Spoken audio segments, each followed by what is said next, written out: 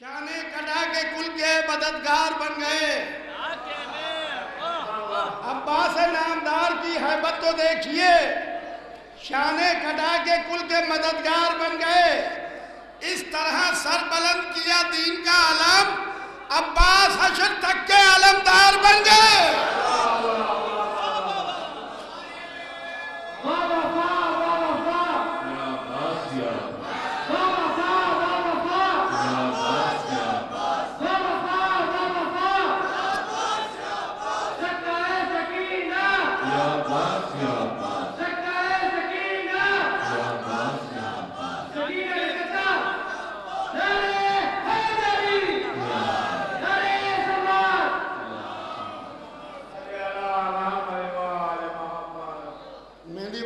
تشریف لائے ہیں مہوا گجرات سے.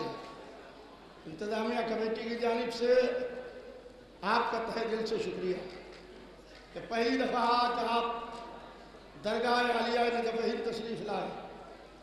یہاں ہم نے جب سے ہوش سنبھالا بھی نہیں تھا اس وقت سے میں درگاہ پہ حاضری دے رہا ہوں.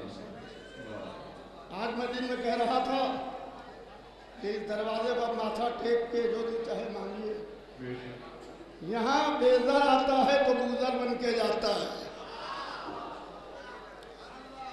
عزیزان محترم، شعراء ایک کے بعد ایک کے بعد ایک کے بعد ایک کلام سنا رہے ہیں.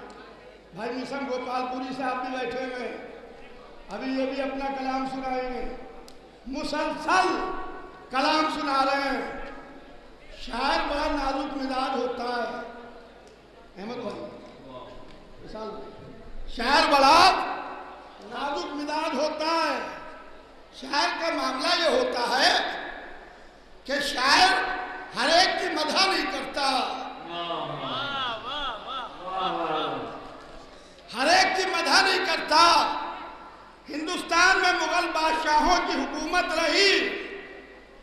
آج کسی شاعر سے کہیے کہ مغل بادشاہوں کی مدح میں ایک قصیدہ کہہ کے دے دو.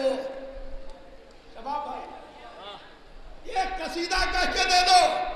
کہا دماغ خراب ہو گیا ہے، اب نہ دربار رہا نہ مغل بادشاہت رہی. شاعر وہی کہتا ہے جہاں دربار سجا ہوتا ہے. جہاں دربار اجڑ گیا شعراء بھی اجڑ گئے. جن کے دربار اجڑ گئے ان کے شعراء اجڑ گئے. جن کے دربار آج تک سجے ان کے شعراء آج تک کہہ رہے ہیں.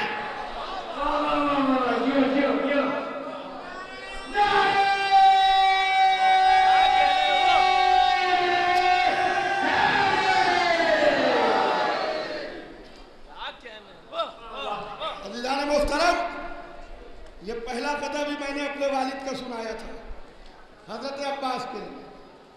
دوسرا قطعہ بھی وصال بھائی علی حیدر بھائی اپنے والد کا حضرت عباس کے لیے کہ اے شیر علی فوج حسینی کے علمدار. اے شیر علی فوج حسینی کے علمدار، طاقت نے تجھے سب سے سوا مان لیا ہے. سبحان اللہ، سبحان اللہ. اے شیر علی فوج حسینی کے علمدار، طاقت نے تجھے سب سے سوا مان لیا ہے.